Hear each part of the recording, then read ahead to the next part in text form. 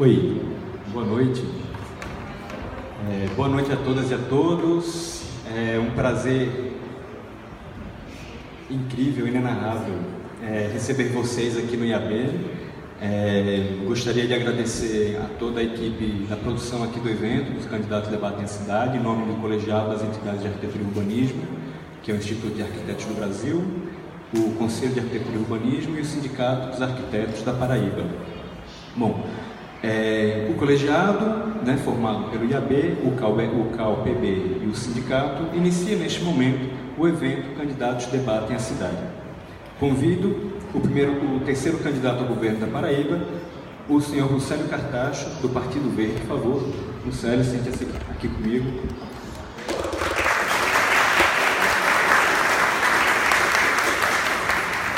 Seja bem-vindo, Lucélio.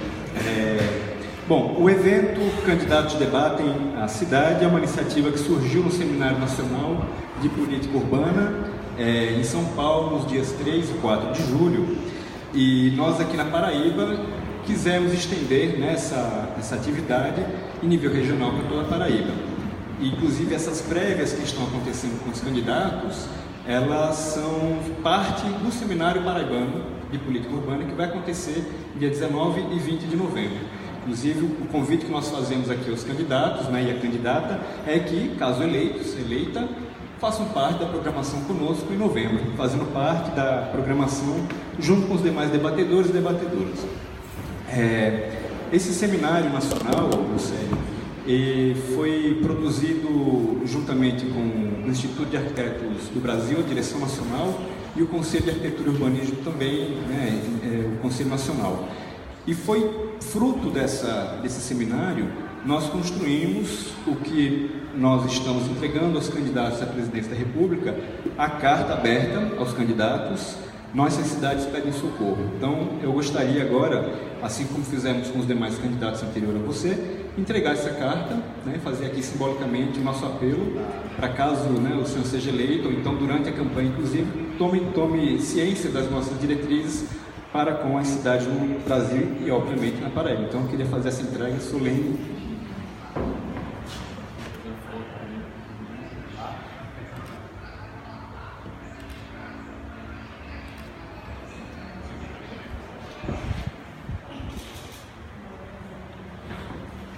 Fique à vontade, Lucélio.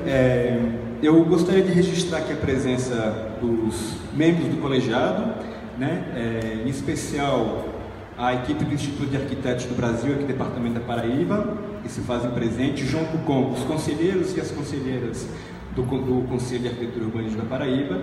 Hoje, representando o seu presidente, Ricardo Vidal, o conselheiro Washington Sobrinho, e também a toda a equipe do Sindicato dos Arquitetos do Brasil, aqui hoje representados pela arquiteta e urbanista Alessandra Soares, representando a nossa presidente Mila Maia. Bom, eu não me apresentei para todos, talvez. Meu nome é Pedro, eu sou o presidente do IAB, e aí eu queria fazer o registro da minha presença aqui, se é possível fazer isso. Bom, candidato, eu vou fazer aqui uma breve explicação de como vai ser a metodologia, e aí você pode acompanhar tanto por ali, ou se preferir, a gente tem uma tela ali que pode lhe auxiliar. Então, eu vou ficar de frente aqui. Fique à vontade. Tranquilo. Bom, o debate ele vai se posicionar a partir de 5 eixos temáticos, que são os eixos temáticos do Seminário Nacional de Política Urbana, que nós estamos aqui colocando para o nosso evento. Então, o primeiro tema são os territórios tradicionais, culturais, centros históricos e gestão democrática. O segundo tema diz respeito aos territórios de preservação ambiental e cidades pequenas, médias e ribeirinhas. Eu vou explicar novamente o primeiro tema um pouco maior. O primeiro tema, que é os territórios tradicionais, culturais, centros históricos e gestão democrática, aborda o respeito, o investimento e a preservação de territórios de povos tradicionais e as atividades culturais em áreas urbanas. Aborda ainda metodologias de participação popular na construção das cidades. O segundo tema, territórios de preservação ambiental e cidades pequenas, médias e ribeirinhas, fala sobre a nova agenda urbana e os Objetivos do Desenvolvimento Sustentável, ODS, áreas de preservação permanente em áreas urbanas, das regiões de florestas e da preservação das bacias hidrográficas. O terceiro tema, sobre complexos territoriais, compreende questões relativas à urbanização de favelas e ocupações informais, segurança pública, geração de emprego e renda, política de drogas e investimentos em infraestrutura. O quarto tema, sobre territórios metropolitanos e produtivos, trata sobre governança, funções e instrumentos metropolitanos, a relação com as cidades que compõem a metrópole, densidade populacional e oportunidades de trabalho e ocupação geradora de renda. O quinto e último tema trata sobre a estruturação urbana, habitação social, mobilidade e uso do solo, falando sobre distribuição da ocupação do espaço urbano, a aproximação da moradia com o trabalho, mobilidade, o uso social e o acesso à terra urbana, densidade urbana e a promoção de qualidade de vida nas áreas urbanizadas. Então, no primeiro bloco, faremos o sorteio do tema. Temos aqui na primeira urna esses 5 temas. Faremos então o sorteio do tema que norteará a noite. E aí o candidato vai ter 10 minutos para fazer uma fala livre sobre esse tema e, se julgar necessário, pode postular a alinhavar com outros temas, aproveitando esses 10 minutos. No segundo bloco, faremos o sorteio de uma pergunta que foi previamente selecionada pelo colegiado das entidades de arquitetura e urbanismo sobre o tema sorteado. Vou explicar. Nós abrimos aqui na internet um link e disponibilizamos para os arquitetos, as arquitetas e a população de maneira geral que fizessem perguntas relacionadas a esse tema. Então, aos 5 temas. Então, nós fizemos a coleta dessas perguntas e selecionamos algumas perguntas que não poderiam deixar de serem perguntadas durante essas sabatinas. Então, esse seria o segundo bloco. Por ser uma pergunta um pouco mais complexa, demanda um tempo de 5 minutos para uma resposta também um pouco mais elaborada. O terceiro bloco é o sorteio de 3 perguntas, dessas perguntas enviadas pela internet, e cada pergunta tem tempo de resposta de 3 minutos. O senhor vai ter ali um cronômetrozinho para lhe acompanhar, a gente vai virar a tela para o senhor poder ter um controle. O controle também vai estar aqui para a plateia, para a gente poder acompanhar. No quarto bloco, sortearemos 3 perguntas feitas pela plateia durante o debate. Então, as pessoas que aqui tiverem interesse de fazer alguma pergunta durante o debate, surtiu necessidade de fazer alguma pergunta, pode se dirigir à mesa que está ali atrás, fazer a pergunta, vai entrar numa urna que já está lá preparada e ela vem para cá, para esse quarto bloco, para fazer o sorteio. Okay? Caso não haja perguntas feitas pela plateia, seguiremos com a urna do bloco anterior. O quinto e último bloco são as considerações finais do candidato, que aí o senhor vai ter 5 minutos para fazer sua fala de encerramento, e aí nós concluímos o debate de hoje. Ok? Qualquer dúvida, eu vou fazendo essas explicações ao longo do nosso debate. E aí eu gostaria de convidá-lo novamente para vir aqui, Lucélio, para darmos início aqui ao nosso debate. Que na verdade é mais uma sabatina, do que um debate propriamente dito, mas eu acho que tudo se constrói como um grande debate. Bom, eu vou fazer aqui o sorteio. Essa é a urna com os 5 temas.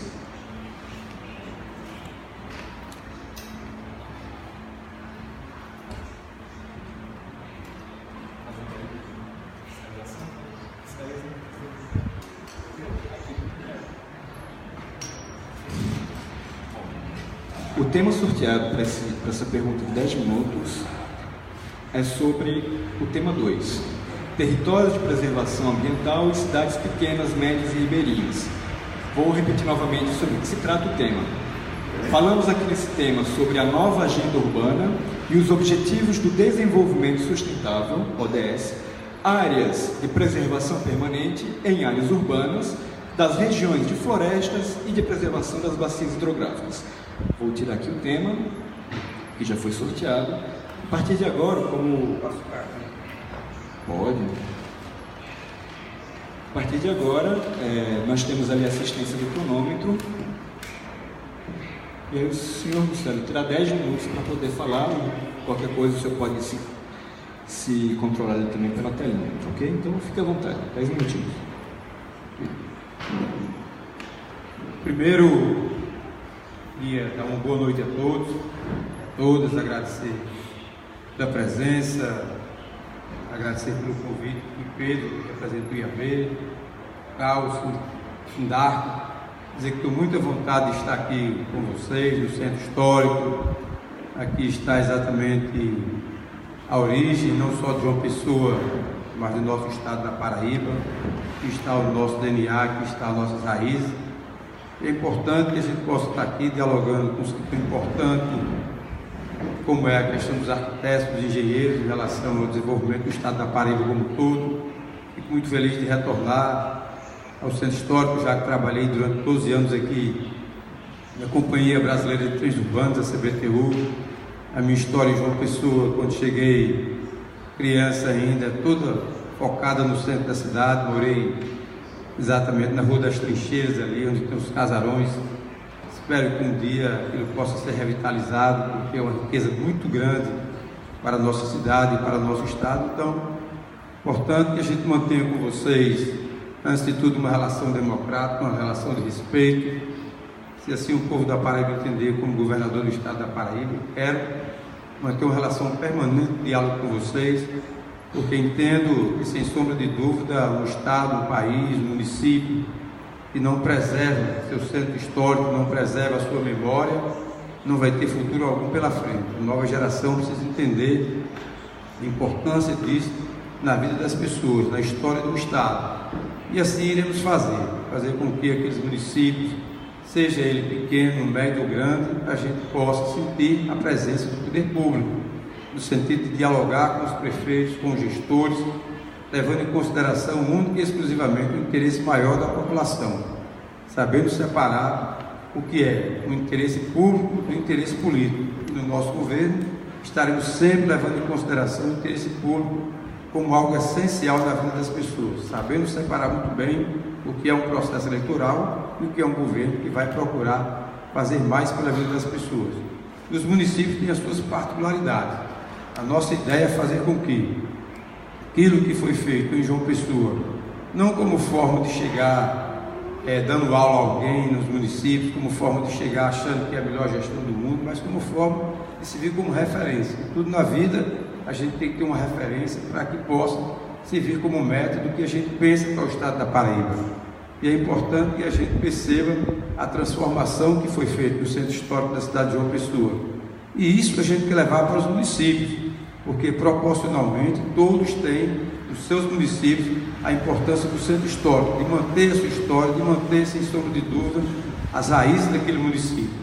É importante, assim como tem em Souza, o Vale dos Dinossauros, quando a gente tenha todas as condições de revitalizar de maneira definitiva, fazendo com que a gente possa ter sempre a questão ecológica associada ao Vale dos Dinossauros, fazendo com que aquela história daquele município possa ser preservada de maneira definitiva, porque já faz anos e anos que existe o Vale, mas que infelizmente não teve a atenção necessária por parte do poder público, no sentido de fazer com que a gente possa ter mantido aquela história, mas acima de tudo também como forma de mexer com a economia do município, da região, transformar o parque verdadeiramente num parque ecológico do Vale dos Dinossauros, para que a gente possa ter a presença não apenas de historiadores, de turistas, em relação ao país, mas eu diria do ponto de vista internacional. Ali é uma riqueza incrível do nosso estado, que a gente tem que potencializar para que transforme aquilo em algo importante, inclusive do ponto de vista econômico da região.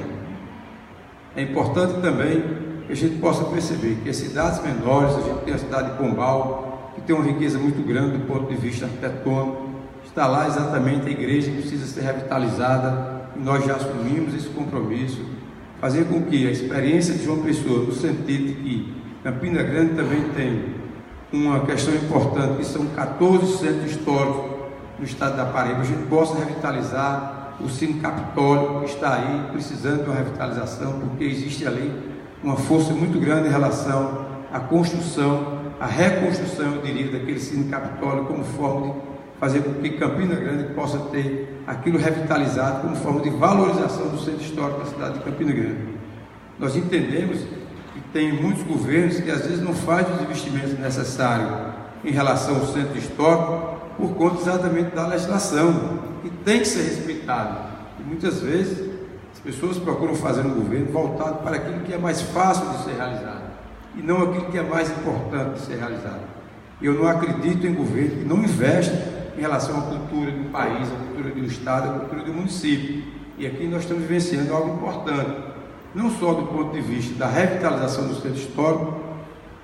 Nós estamos aqui ao lado do Hotel Globo, que faz com que a gente possa ter o turista, onde tem as pessoas, primeiro o turismo como forma de valorizar quem vive na cidade, para depois valorizar quem chega na cidade.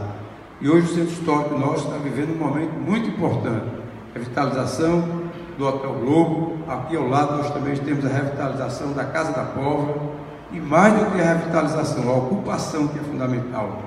Nós temos hoje um programa chamado, na cidade de João Pessoa, o Anima Centro, e a partir das sexta-feiras, sexta, sábado e domingo, existe exatamente uma programação voltada para a cultura nos principais pontos turísticos da nossa cidade, principalmente o ponto turístico histórico.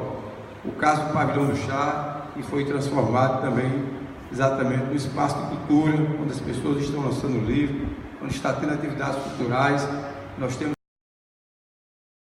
contribuído para a valorização do nosso centro histórico. Nós temos também na cidade de João Pessoa outro ponto importante, exatamente a Praça da Independência, onde aos domingos as pessoas estão fazendo piqueniques, onde tem a presença da cultura através do circo.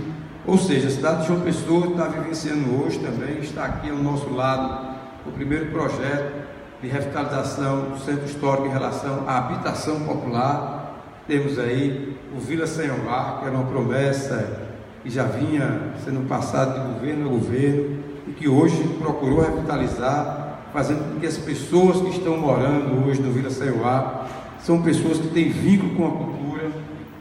Isso tem dado resultado no nosso centro histórico. É um ponto turístico que virou hoje na cidade de João Pessoa, que é a Vila Senhomar, fazendo com que as pessoas tenham acesso à moradia, mas ao mesmo tempo a revitalização do nosso centro histórico.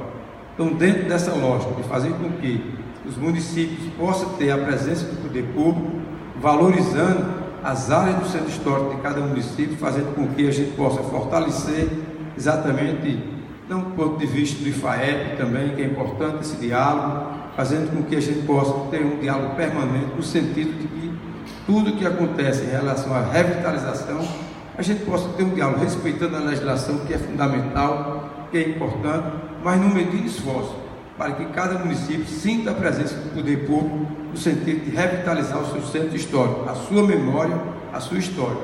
Nós estamos aqui pertinho também do Conventinho, que está no momento paralisado exatamente pela situação que existe numa empresa que até agora não teve condições de revitalizar esse ponto, mas que está sendo retomado já no próximo mês, para que também seja outro ponto de cultura importante da nossa cidade.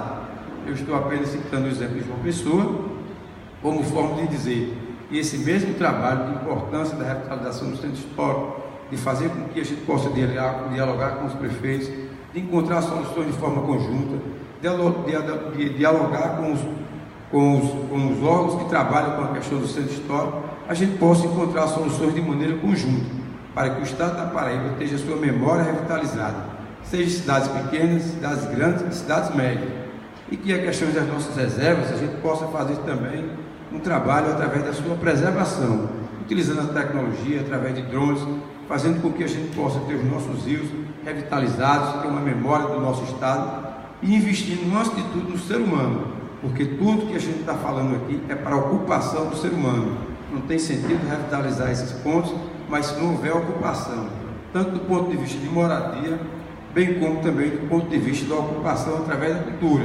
E é isso que está sendo feito aqui, que nós levamos essa experiência para todo o Estado da Paraíba, ouvindo as pessoas, ouvindo os gestores, sem chegar com receita pronta, sem chegar com um prato feito, mas antes de tudo dialogando com os prefeitos, com as regiões, para mostrar a importância de ter um governador parceiro que vai trabalhar para que a memória do Estado da Paraíba seja preservada. E nada melhor do que esse diálogo permanente com vocês, para que de maneira conjunta encontremos soluções, até alternativas importantes, para fazer com que a gente possa ter um Estado onde a memória do nosso povo será sempre preservada, porque isso é fundamental para o desenvolvimento e para o futuro do Estado.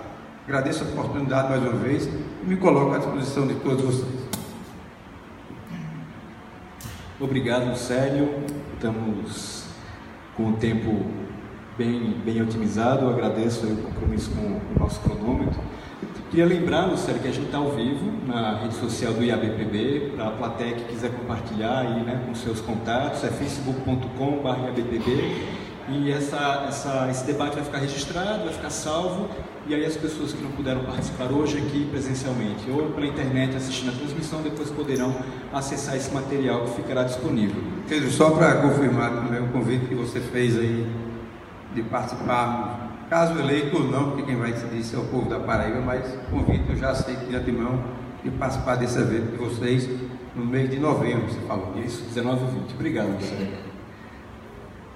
Bom, então vamos agora para o sorteio da pergunta do colegiado em função do tema sorteado. Nós temos aqui dentro da urna os 4 temas, os 5 temas. Vou tirar os temas que não foram sorteados, e vou deixar aqui dentro da urna apenas as perguntas do tema 2, ok?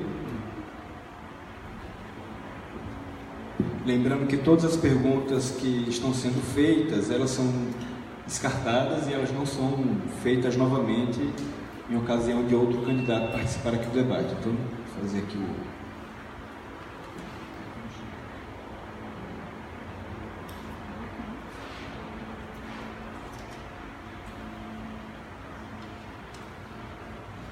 essa pergunta. O tema é o tema 2, territórios de preservação ambiental e cidades pequenas, médias e ribeirinhas. Pergunta: o atual modelo desenvolvimentista, replicado em todo o território nacional, está saturando a vida urbana nas grandes cidades, sobre vários aspectos. Qual a sua proposta para implantar na Paraíba a nova agenda urbana, que propõe uma série de diretrizes que buscam inverter essa lógica, principalmente em cidades pequenas e de médio porte? Eu vou repetir a pergunta, porque ela é uma pergunta um pouco grande. O atual modelo desenvolvimentista, replicado em todo o território nacional, está saturando a vida urbana nas grandes cidades, sobre vários aspectos. Qual a sua proposta para implantar na Paraíba a nova agenda urbana, que propõe uma série de diretrizes que buscam inverter essa lógica, principalmente em cidades pequenas e de médio porte? Essa é uma pergunta do segundo bloco e o senhor vai ter 5 minutos para responder. Fique à vontade. Olha, Pedro, nós entendemos que é fundamental na vida das pessoas hoje que a cidade possa oferecer áreas onde as pessoas possam utilizar os espaços públicos de uma cidade. A gente está vivendo um momento hoje no país, eu diria no mundo, em que as pessoas estão muito voltadas, principalmente essa nova geração, em relação à questão da tecnologia, está relacionado com a questão do celular, das redes sociais, enfim, a gente quer que as pessoas possam ter uma utilização maior dos espaços públicos de uma cidade. Para isso é importante que o governo tenha essa sensibilidade de oferecer esses espaços públicos revitalizados. Eu vou dar um exemplo sobre a cidade de Cajazeiras, onde a gente tem lá uma área belíssima na cidade, que é exatamente um parque, que tem o nome de Parque do Açude Grande, mas que está completamente danificado.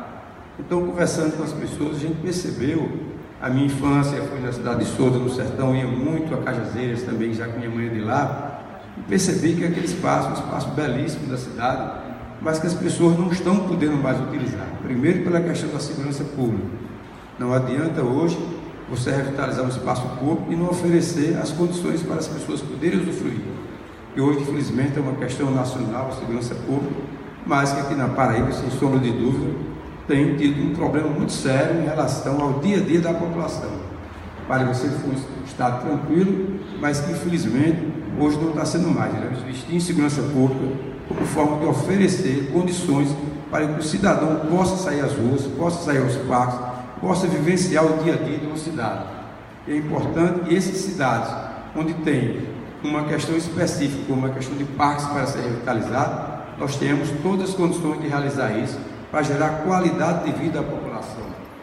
Quando a gente revitaliza um parque, a gente está dando condições do idoso poder fazer uma caminhada, a gente está dando condições de que os jovens possam dialogar, possam estar presentes, possam conviver, possam ter um espaço de cultura, que a gente tenha todas as condições de utilizar aquele espaço público como forma de qualidade de vida. Então, cada cidade que tiver um ponto, como tem em Cajazeiras, em relação a uma área bacana, uma área bonita na cidade, mas que está faltando a presença do poder público, nós iremos fazer isso, levando também ciclovias para os municípios, porque a bicicleta tem esse papel também, não é poluente, que faz com que as pessoas possam ter, sem sombra de dúvida, acesso ao trabalho através da bicicleta, sabendo que a ciclovia vai ter uma proteção para ele poder chegar e ir ao trabalho, fazer com que ele possa utilizar a ciclovia também como forma de ocupar o espaço urbano, como forma de esporte também, de ciclismo. Então a nossa ideia é discutir com os gestores, com os prefeitos, com vocês que trabalham em relação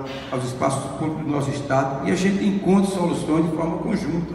Cada cidade tem a sua vocação, mas muitas delas estão relacionadas com a questão da qualidade de vida, porque o que a gente percebe, principalmente para a juventude hoje, é que a gente tem um governo, e eu não sou contra isso, que a gente possa investir em saúde, a gente possa investir em educação, a gente pode investir em emprego e renda, a gente possa investir em áreas essenciais da cidade, em áreas essenciais do estado, mas que, sem sombra de dúvida, a qualidade de vida do cidadão todo. Então, do jeito que existe orçamento para a educação, orçamento para a saúde, orçamento para a habitação, nós iremos também fazer com que aquelas áreas públicas que têm um DNA na cidade, que têm uma identidade, que têm uma raiz naquele município, a gente possa transformar para que essa nova geração possa saber o que é ser criado, exatamente convivendo com as pessoas, com as famílias, fazendo piqueniques, vivenciando a cidade. Isso é fundamental, e não a gente deixar uma nova geração que fica trancada dentro de casa porque não sabe o que é vivenciar uma cidade. Eu fui criado no interior da Paraíba e para mim eu fico muito feliz quando posso sair da cidade, seja através também de espaço de cultura. Está aí o folia de rua, está aí o carnaval, está aí o São João. Então essas festas populares, elas têm um papel importante na identidade, isso vai ficar na memória afetiva das pessoas. É importante que a gente possa investir em festas populares, que as pessoas possam participar de forma pública, sabendo visitar os locais, tendo experiência com a política, com a gestão, conviver com as pessoas, com a cultura. Isso para a gente vai ser fundamental, fazer um governo mais humanizado, mais próximo das pessoas, e recuperar espaços públicos, criar novos espaços públicos, tem um papel decisivo na humanização do estado, do município, do país. E é assim que nós devemos fazer, trabalhar no sentido de ter uma Paraíba mais humanizada, onde a gente possa sim sentir a presença de uma obra de pé de cal, mas digo sempre, o cimento do seu sentimento não nos leva a nada. É importante criar espaços públicos para a juventude, para a terceira idade, para a criança poder usufruir de uma cidade e de um estado. Obrigado, Lucélio. Vamos agora para o terceiro bloco, que é o bloco das perguntas enviadas pela internet. E nós fizemos aqui uma seleção, na verdade fizemos a sistematização dessas perguntas e colocamos todas aqui. Lembrando que essas perguntas não necessariamente têm a ver com o tema sorteado, okay? É uma oportunidade que nós temos de fazer perguntas além do tema sorteado. E lembrando também a plateia, que se ela quiser, as pessoas daqui da plateia quiserem fazer as perguntas, já podem se dirigir, que também não necessariamente precisam ser perguntas relacionadas ao tema sorteado. O mais importante é que a plateia faça alguma pergunta relacionada ao que está sendo debatido hoje, enfim, fazer alguma pergunta em cima do que o senhor já falou aqui. É importante essa interação também. Então, fazendo a primeira pergunta, lembrando que são 3 perguntas e cada pergunta tem 3 minutos para a resposta.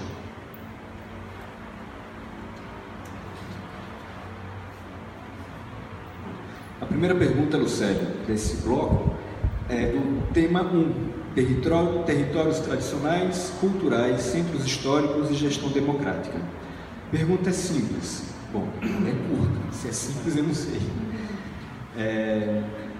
Qual o plano para a preservação das edificações históricas, da memória da cidade e conservação dos monumentos públicos? É curto, mas de simples ela não tem nada. Então, vou repetir. Qual o plano para a preservação das edificações históricas, da memória da cidade e conservação dos monumentos públicos? São 3 minutos, uma resposta objetiva e o senhor fica à vontade a partir de agora. Primeiro que nós vamos, como governador do estado, poderia assim, catalogar todos os pontos históricos do nosso estado. Cada cidade a gente vai perceber quais aquelas que têm uma riqueza maior em relação ao patrimônio histórico do nosso estado. Por exemplo, a cidade de Areia é inegável que tem, sem sombra de dúvida, uma riqueza cultural muito forte. Então, nós vamos conversar com o gestor, com o prefeito, para que de maneira conjunta a gente possa fazer tanto a ocupação do ponto de vista cultural, com atividades culturais, bem como também a revitalização do centro histórico. Ou seja, outras cidades que não têm uma riqueza cultural do ponto de vista histórico tão grande quanto outras, mas eu acredito que não tem nenhum estado, nenhuma cidade da Paraíba que não tenha algo que a gente possa ser feito, que possa ser feito em relação à revitalização do centro histórico, em valorização da nossa cultura, fazendo com que a gente possa fazer parcerias para encontrar soluções de maneira conjunta. Vou ter um diálogo permanente com vocês, porque acredito que quem está no dia a dia de cada segmento é quem sabe exatamente qual é a necessidade, porque vocês estão estudiosos, vocês são especialistas, vocês estão no dia a dia dessa questão urbanística de cada município, de cada estado, e aí vai ser uma fonte, sem sombra de dúvida, de consulta, de riqueza para todos nós, para que possamos saber ouvir e sabermos dialogar no sentido de encontrar soluções de forma conjunta.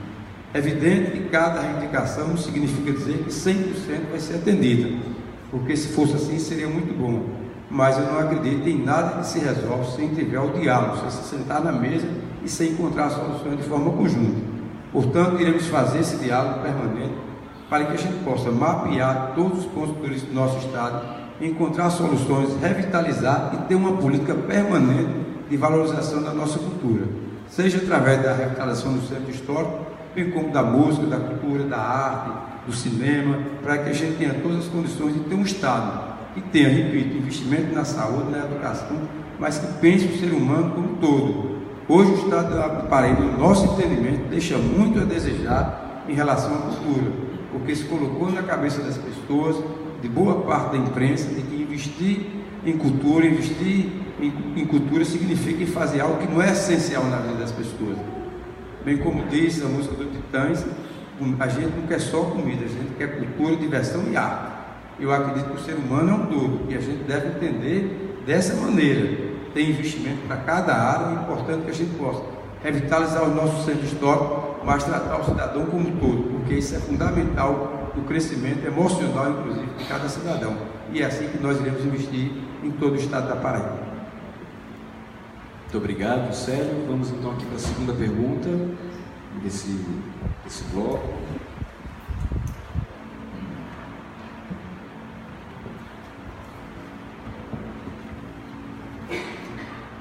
Bom, a segunda pergunta é referente ao quarto tema, sobre territórios metropolitanos e produtivos.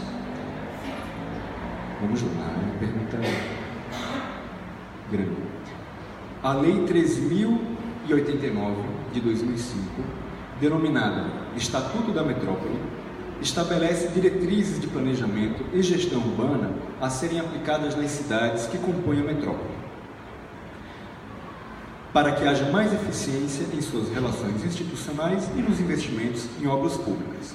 Hoje, obras públicas de impacto metropolitano estão sendo executadas pelo Estado sem seguir nenhum plano estratégico previamente debatido e acordado pelas prefeituras e pela população das cidades afetadas.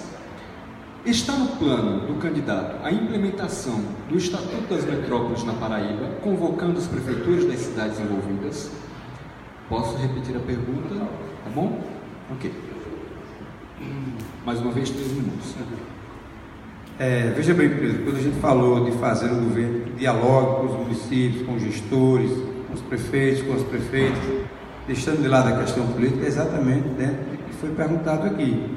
Porque não dá para o governador chegar numa cidade e tratar o gestor como se fosse um corpo estranho. Chega lá, desenvolve um projeto, impacta uma cidade, sem levar em consideração o planejamento da cidade, se aquilo é essencial realmente para as pessoas, se aquilo é o que o gestor está planejando. Eu acredito que o planejamento se faz assim: qual a ideia que o gestor tem para o seu município, qual a ideia que o governador tem para aquele município. Vamos sentar para ver se a gente consegue conciliar, se o que eu estou pensando combina com o que o gestor está pensando, mais do que combina com os gestores, combina com o que a população está pensando. Então é importante que a gente tenha essas condições de gerar desenvolvimento para as regiões. O estado da Paraíba hoje tem 12 regiões metropolitanas, e a gente não pode fazer um governo pensando naquele tempo que o governo tem, porque o governo tem no máximo 8 anos. Você tem 4 anos de eleição, Se o povo entender que você merece mais 4, você chega a 8, mas é fundamental. E a gente pensa em espaços urbanos, em metrópoles, para o futuro, porque tem que pensar para 10, 20, 30 anos, para quem vir na frente ter algo já planejado. Isso é fundamental, porque a gente percebe que hoje, se a gente, por exemplo, uma cidade como João Pessoa, que está com 800 mil habitantes, essa gestão atual conseguiu fazer parcerias com o BID, fazendo com que a cidade de João Pessoa seja planejada para os próximos 30 anos, dentro de uma sustentabilidade. Porque depois que atinge um determinado patamar, passando de 1 milhão de habitantes, não tem mais como consertar. Aí já fica para o passado. Então a Paraíba ainda permite que a gente possa planejar o futuro da Paraíba com um projeto político, um projeto administrativo, um projeto de gestão que pense a Paraíba não para 4 ou para 8 anos, mas sim para 20 e 30 anos. E cabe aos próximos gestores que possam acompanhar esse planejamento e ir executando passo a passo. O que vai acontecer em João Pessoa é exatamente isso. Esse plano do BID que prevê exatamente a revitalização aqui da comunidade do Oeste, que já começou, revitalização aqui da Beira Rio, onde tem aquelas comunidades que vão ser todas urbanizadas, e permite com que o lixão do Roger aqui vá se transformar num parque também. Tudo isso foi feito de maneira planejada, ouvindo os técnicos, ouvindo a população, foi feita realização de atividades públicas, onde todas as entidades puderam participar, e é assim que a gente entende que o estado da Paraíba possa ser feito. Não 4 ou 8 anos, mas pensando nas regiões metropolitanas, pensando em 20, 30 anos pela frente, para que a gente possa ter um futuro que foi planejado e não um futuro desordenado, como infelizmente a gente está vivenciando hoje. Obrigado, Lucélio. Vamos agora para a terceira e última pergunta desse bloco, para irmos para o bloco das perguntas da plateia. Então, vamos aqui mais um sorteio.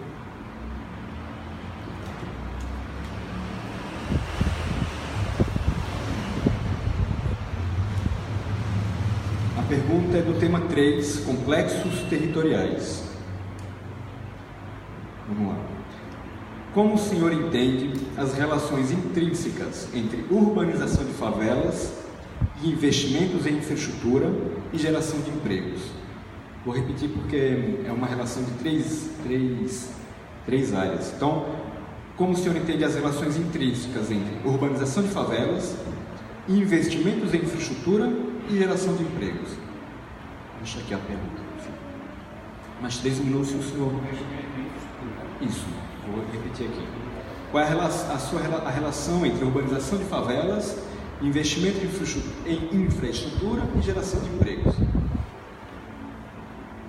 Eu entendo que essas coisas, essas três itens aí estão totalmente vinculados um com o outro. Primeiro, a revitalização de favelas. Esse nome, inclusive, é algo que, no nosso entendimento, não deve mais existir em um país que se diz um país que cuida das pessoas. Então é importante que a gente possa revitalizar esses pontos. Vou dar um exemplo aqui em relação ao São José. Todos nós entendemos ali o que significa o São José, aquele lá visitando, e o depoimento das pessoas. Eu convivi aqui com rato, com baratas. A minha história de vida era essa aqui. Hoje eu vou receber um apartamento onde eu vou ter dignidade para morar, para planejar o futuro da minha família. Então é importante que a gente perceba que aquela desigualdade social, qualquer gestor que tenha sensibilidade social, ele tem que trabalhar de maneira muito forte para que aquelas pessoas tenham direito à dignidade, como ser humano que são, que possam morar dia com qualidade. Essa história de dizer que o que é público tem que ser mais ou menos, tem que ser de todo jeito, isso é uma visão ultrapassada. Tem que ser tão bom ou melhor do que a iniciativa privada, porque o dinheiro tem que ser retornado através dos impostos que o cidadão paga. E claro, o governo tem que fazer para todos, isso é inegável, mas sem sombra de dúvida tem que ter foco naquelas pessoas que mais precisam, para que possamos ter um Estado mais justo do ponto de vista social. Então o que está acontecendo nessa transformação no bairro São José, que não está apenas levando a moradia, mas quem percebe a entrada ali, a revitalização do calçadão, oferecendo também serviços essenciais como a creche, como a questão do investimento na saúde, fazendo com que o cidadão tenha ao seu lado a habitabilidade. Todas aquelas ações que são inerentes ao ser humano, o Estado, a Prefeitura possa estar presente, fazendo parcerias para melhorar a vida das pessoas. A gente tem aqui ao lado também a Saturnino de Brito, que é um lugar também, sempre que chovia, que a imprensa ia lá de maneira rápida, porque sabia que ia ter desmoronamento, está praticamente pronta para entregar às pessoas dignidade também.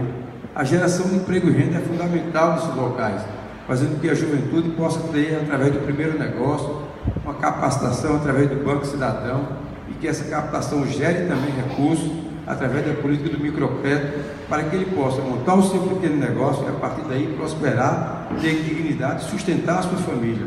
Então, pensar em ações transformadoras na vida das pessoas é isso: oferecer moradia, áreas públicas de lazer, cultura, oferecer esporte e oferecer emprego e renda para as pessoas, para que todos possam ter dignidade e poder seguir sua vida em frente, como todo cidadão tem, independente de questão social. E o governo tem que investir fortemente, principalmente naquelas pessoas que mais precisam da presença do poder público. E é dentro dessa visão que nós vamos fazer em todo o estado da Paraíba. Muito bem, candidato, muito obrigado. Está cravado ali no seu cronômetro. Está acompanhando bem ali a nossa telinha. Muito obrigado. Bom, eu vou pedir agora a produção aqui que entregue a urna da plateia. Bom, nesse quarto e penúltimo bloco, vamos fazer o sorteio das perguntas que a plateia que estava aqui fez enquanto nós estávamos conversando. Vamos lá. Perguntas aqui.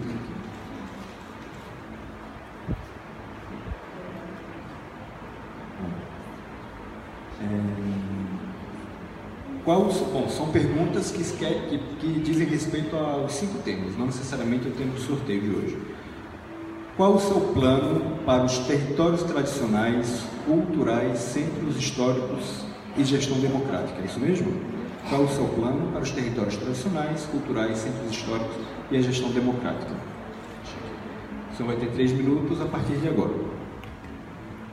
Em relação aos territórios tradicionais, é fundamental que a gente possa manter as raízes, as tradições, a cultura de um povo. Quilombola, a gente tem um exemplo muito bacana aqui na cidade de João Pessoa, lá no Valentina, fazendo com que as casas, mais de 60 casas dos quilombolas fossem recuperadas, e mais do que recuperadas também, levando a política de geração de emprego, está em construção lá uma padaria, ou seja, para que as pessoas possam ter acesso a uma política de geração de emprego, valorizando aquelas pessoas que moram lá. Isso é fundamental, iremos fazer isso em todo o estado da Paraíba, levando em consideração a especificidade de cada cidade, de cada região. Outro ponto importante que está relacionado aqui é a gestão democrática. Nós temos aqui na cidade de João Pessoa um orçamento participativo, onde as pessoas vão participar mensalmente, dizendo quais são as ideias, a sugestão de cada região. Mas eu acredito que é importante, é fundamental a participação popular através desse instrumento, mas acredito também que o gestor também tem que ser alguém que tem um perfil democrático. Não adianta ter exatamente algo importante como é o orçamento participativo, como é também o orçamento democrático do governo do estado, mas é fundamental que o governador também possa ser alguém com esse perfil, porque é importante que a gente possa ouvir críticas, ouvir sugestão, porque inclusive a gente aprende com a crítica.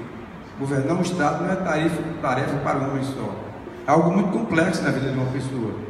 Então, que a gente possa saber ouvir sugestão, e quando alguém vir com uma crítica, a gente encarar isso como algo natural na vida, e a gente procurar transformar essa crítica em algo construtivo para melhorar a vida da população. Então, iremos fazer um governo que vai ter um instrumento de participação popular muito forte, mas que também, como governador do estado, sou uma pessoa muito acessível, muito próxima, que gosta de conversar, que gosta de ouvir. Sou daqueles que acreditam que quem escuta mais erra menos. É melhor escutar do que falar. Porque a gente escutando, a gente está aprendendo e vai transformando aquelas falas em transformação que melhora a vida da população. É dentro dessa forma de governar que nós queremos levar para o estado da Paraíba. Fazer com que o centro histórico, que foi colocado muito bem aqui, são 14 centros históricos que existem no estado da Paraíba. E essa maneira de fazer o centro histórico, pela identidade que tem, pelo amor que tem, pela importância que acredito que tem um centro histórico na vida de uma cidade e na vida do estado, vou fazer isso com muito afinco, com muito amor, porque aqui está a nossa alma, aqui está o nosso DNA, aqui está as nossas raízes. E é importante que a gente possa revitalizar, principalmente para as novas gerações. Eu tenho uma relação muito forte com o centro histórico da cidade de João Pessoa. Aqui foi a minha juventude, saí da universidade, frequentando os restaurantes, aqui o bistrô, depois o Café do Monge. A minha história foi toda aqui no centro da cidade. Então, estar no centro da cidade, para mim, é reviver o meu passado, é reviver a minha história. Irei fazer isso com muita vontade em relação a todo o estado da Paraíba. Muito obrigado, Lucélio. Eu vou agora fazer o sorteio da segunda pergunta.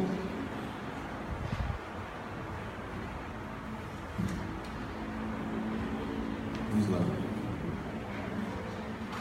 Bom, é uma pergunta que se repete de uma outra pergunta anteriormente, mas aí o senhor vai ter 3 minutos para acrescentar. Qual a sua proposta para os territórios metropolitanos e produtivos?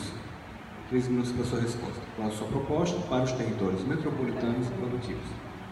A nossa ideia é fazer com que a gente tenha um governo regionalizado, que cada região do estado possa sentir a presença do poder público, que a menor cidade tenha a mesma importância da maior cidade.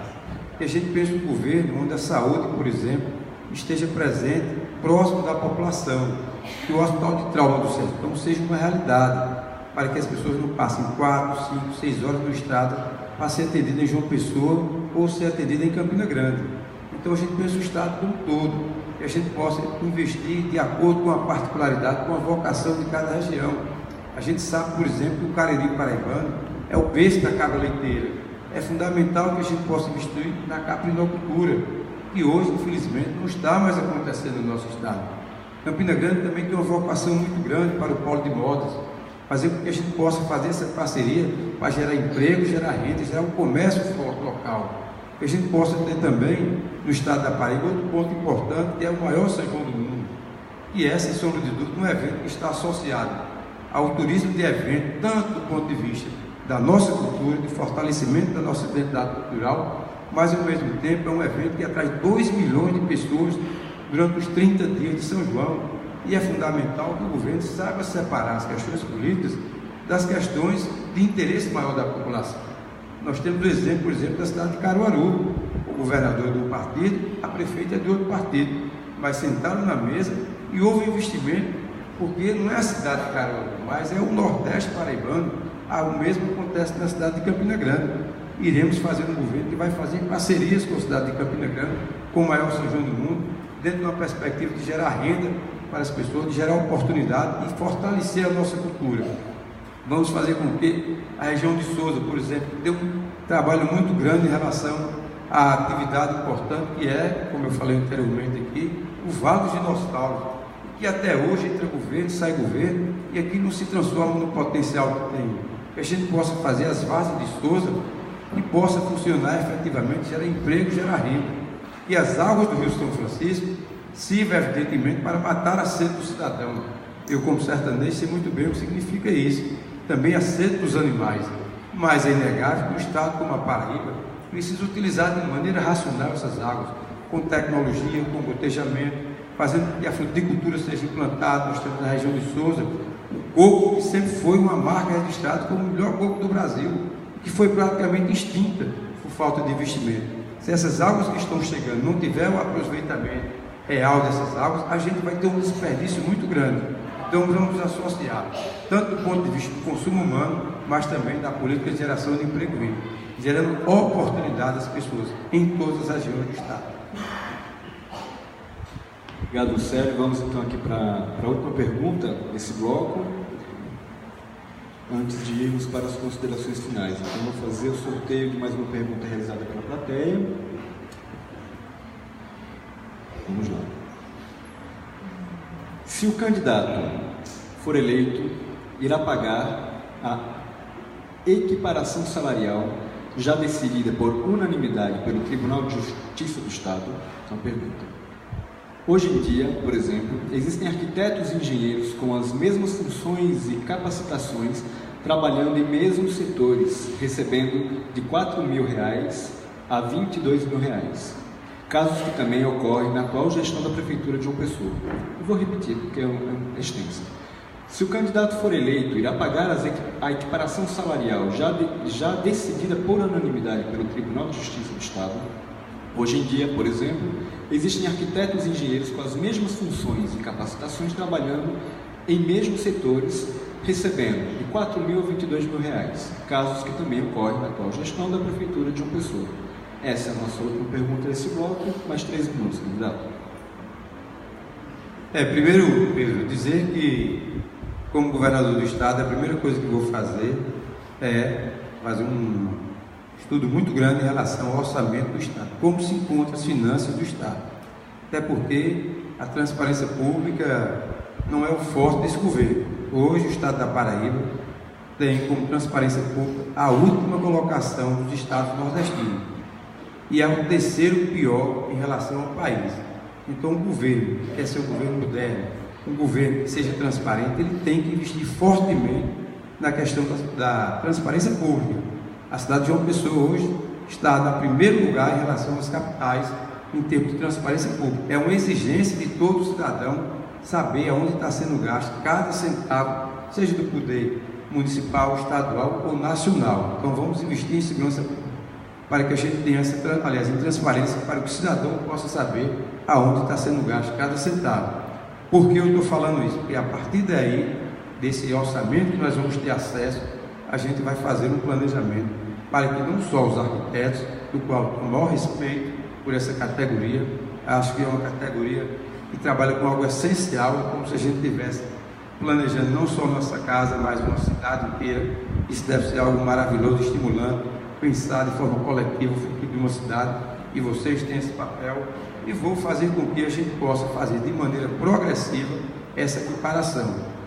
Ou seja, não dá para a gente ter 2 pesos e 2 medidas, alguém fazendo a mesma função com um salário diferenciado. Nós temos que corrigir isso.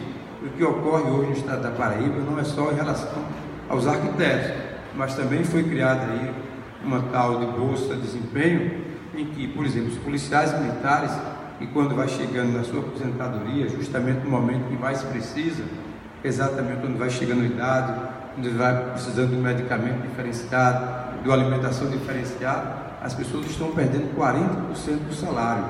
O mesmo ocorre em relação aos professores. Vou corrigir isso em 1 ano, 2 anos, 3 anos? Não, provavelmente não.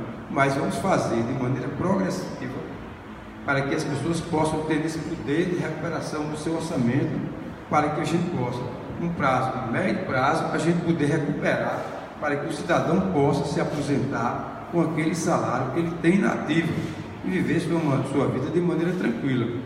Hoje, na gestão municipal, se você se aposentar como professor, você vai ter o seu salário integral. Se você chegar no governo do estado hoje como professor, você vai perder 40% do salário, ou seja, sem levar em consideração que faz com que as pessoas fiquem trabalhando sem motivação até onde não pode mais, e impedindo também o acesso de novas pessoas ao serviço público para gerar um serviço melhor. É dentro dessa maneira, com responsabilidade, que iremos tratar não só a questão dos arquitetos, mas os servidores de uma maneira geral. Muito obrigado, Lucélio. Eu agradeço à plateia pelas perguntas que foram feitas. Infelizmente a gente não tem espaço de tempo para ler todas as perguntas, mas eu agradeço mesmo assim. Lucélio, a gente chega aqui ao fim, estamos chegando ao fim do debate, dessa sabatina, e eu já queria lhe agradecer de antemão pelo convite aceito, em nome da Colegiado das Entidades de Arquitetura. E agora chegamos ao quinto e último momento, que são as suas considerações finais. O senhor vai ter 5 minutos para fazer suas considerações. Eu já agradeço aqui a sua participação. Fique à vontade, 5 minutinhos. Primeiro eu queria parabenizar a vocês que organizaram esse debate, todos os candidatos, agradecer pela presença. Poderia estar todo mundo em casa hoje, com a família, depois de um dia de trabalho. No entanto, a gente está aqui discutindo algo essencial, que é o futuro da Paraíba. Então, fico muito feliz com a presença de todos vocês aqui. Dizer que para mim é um motivo de muito orgulho estar aqui debatendo temas de interesse do estado da Paraíba, da nossa história, da nossa memória, das nossas raízes. Pensar uma Paraíba, repito, onde a gente não vai virar esse estado de cabeça para baixo. Eu não faço política dizendo que está tudo errado, não. Aquilo que está funcionando bem, nós devemos manter, por que não? Uma obra não é do gestor A, B ou C. A obra que se faz, a ação que se faz, o investimento que se faz é para beneficiar uma população inteira. Portanto, aquilo que está funcionando bem, nós devemos não só manter, mas aperfeiçoar. Agora, o que não está funcionando bem, claro que iremos corrigir e fazer o que nunca foi feito, sem olhar para trás, sem olhar para o retrovisor. Ele tem visão de futuro, não pode olhar para o passado, a gente tem que olhar para o futuro. O passado a gente pode olhar como forma de entender a si mesmo, de entender as nossas raízes, de entender a nossa história, para que a gente possa pensar sempre no futuro. E assim queremos fazer um governo que vai ter trabalho, que vai ter resultado, que vai ter diálogo, e que vai saber ouvir os segmentos, que vai dialogar com o serviço público, porque entendo que é importante que a gente possa pensar no governo onde a valorização de cada servidor seja fundamental, porque não acredito em governo de homem só, nem na vida, nem na política, ninguém faz nada sozinho. É importante que a gente possa somar esforços. E o estado da Paraíba é um estado onde a gente precisa ter uma parceria com os municípios. São 223 municípios, cada um com realidades diferentes. Você dialogar com os gestores, com os prefeitos, sabendo separar o que é interesse público e o que é interesse político, vai ser fundamental para a vida das pessoas. A gente não pode perder tempo olhando para a briga política, para a disputa. As eleições vão acabar agora no mês de outubro, mas a partir daí é fazer uma transição, sem procurar caças bruxas, sem procurar dizer que está tudo errado, mas voltado para melhorar a vida do cidadão. Eu acredito que a política hoje passa por uma grande crise de respeitabilidade em relação à opinião pública. O Brasil vive hoje uma crise do ponto de vista político e do ponto de vista da economia. Quando você junta a crise política com uma crise econômica, é algo muito sério na vida das pessoas. Portanto, a gente não pode perder tempo com disputas políticas. A gente tem que se concentrar em enfrentar esse enorme desafio. A recuperação da economia do país está sendo muito lenta. As pessoas, Dona Maria, não está preocupado de briga de A, ou B ou C, está preocupado em quem vai resolver a sua vida, do ponto de vista de oportunidades, de gerar emprego, de gerar renda, de levar habitação. Paraíba de hoje tem 120 mil famílias que não sabem o que é realizar o sonho da casa própria. Nós temos 1 milhão de pessoas que vivem de bico nesse estado, que no final do mês tem que escolher de botar um alimento na mesa ou de pagar uma conta. Então nós temos que mudar essa realidade. Nós temos hoje na Paraíba, Pedro, 500 mil de pessoas que não sabem ler nem escrever. Então essa realidade, a gente não pode se acostumar com isso. A gente não pode se acomodar com isso. Por isso que nós vamos fazer uma parceria com o UEPB, com a Universidade Federal da Paraíba, com a Universidade Federal de Campina Grande, para que a gente possa, de maneira conjunta, diminuir essa realidade. Esse número de analfabetismo no nosso estado é muito elevado. Nós vamos investir em segurança pública, porque é fundamental, e quem mora na zona rural hoje não pode sequer colocar uma rede no alpendre, dialogar, sentar numa cadeira na calçada, como eu fui criado em Sousa, conversar com as pessoas, é todo mundo trancado dentro de casa. Não é essa Paraíba que a gente quer, nem para a gente, nem para a nova geração que vem aí. Então não vou dizer que está tudo errado, e ninguém faz nada sozinho, mas é inegável que a gente precisa avançar, que a gente precisa fazer mais, que a gente tem uma Paraíba onde o diálogo seja permanente, onde a gente possa também gerar uma política de emprego e renda, fazendo um governo que não aumente tanto imposto, porque isso faz com que os empresários, em vez de se instalar na Paraíba, estão procurando Pernambuco, estão procurando Ceará, estão procurando Rio Grande do Norte, porque não tem uma política de aumentar impostos como a gente está vencendo na Paraíba. Nós temos que gerar oportunidades, não aumentar impostos. Então o crescimento do Estado não passa exclusivamente pela iniciativa pública, a iniciativa privada também tem o seu papel. Então vamos fazer PPPs para que de maneira conjunta a gente tenha um Estado equilibrado do ponto de vista fiscal, que a gente possa manter o salário em dia, que é uma obrigação de qualquer gestor, antecipar salário, valorizar o servidor, mas acima de tudo, que a gente faça investimento para ter uma Paraíba mais humanizada, que cuide do cidadão, que cuide das pessoas, que invista em saúde, educação, mas que invista em cultura, que é algo essencial na vida de todos nós.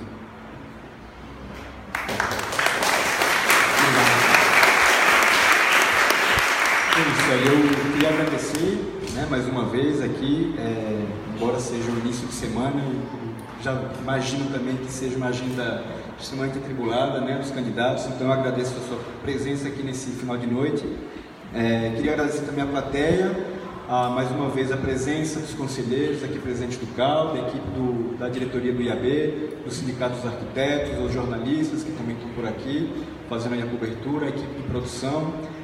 Um dos motivos, os maiores motivos da gente planejar essas prévias, é de aproximar o governo, de uma maneira geral, os candidatos, não só de nós ouvirmos as propostas, o que vocês pensam, mas é de vocês também saberem que nós estamos aqui, que nós temos essas perguntas aí para vocês e que nós estamos aqui também para ajudar e contribuir com o desenvolvimento do Estado e das nossas cidades. Então, mais uma vez, o Célio, eu agradeço imensamente aqui por esse debate qualificado e gostaria de estender aqui o convite para a semana que vem, no dia 17 de setembro, numa segunda-feira, receberemos aqui o quarto candidato no debate, que é o candidato João Azevedo, do PSB. E no dia 1º de outubro, confere? No dia 1º de outubro, confirmamos também a presença da candidata Rama Dantas, encerrando aí nosso ciclo de debates. Ok? Então, muito obrigado, boa noite a todas e a todos. Mais uma vez o Sérgio, se o senhor quiser fazer 5 segundos para depois me dizendo que a gente está dando o microfone ao... Não, tudo bem, é só prazer. É o seguinte, a gente fez um debate aqui, um bom debate, mas que coloca à disposição de vocês para qualquer reivindicação que seja feita, qualquer ideia, qualquer proposta, que a gente possa somar e acrescentar o nosso programa de governo. Estou à disposição de todos vocês. Mais uma vez, obrigado, boa noite a todos e a todos. Boa noite a todos e família.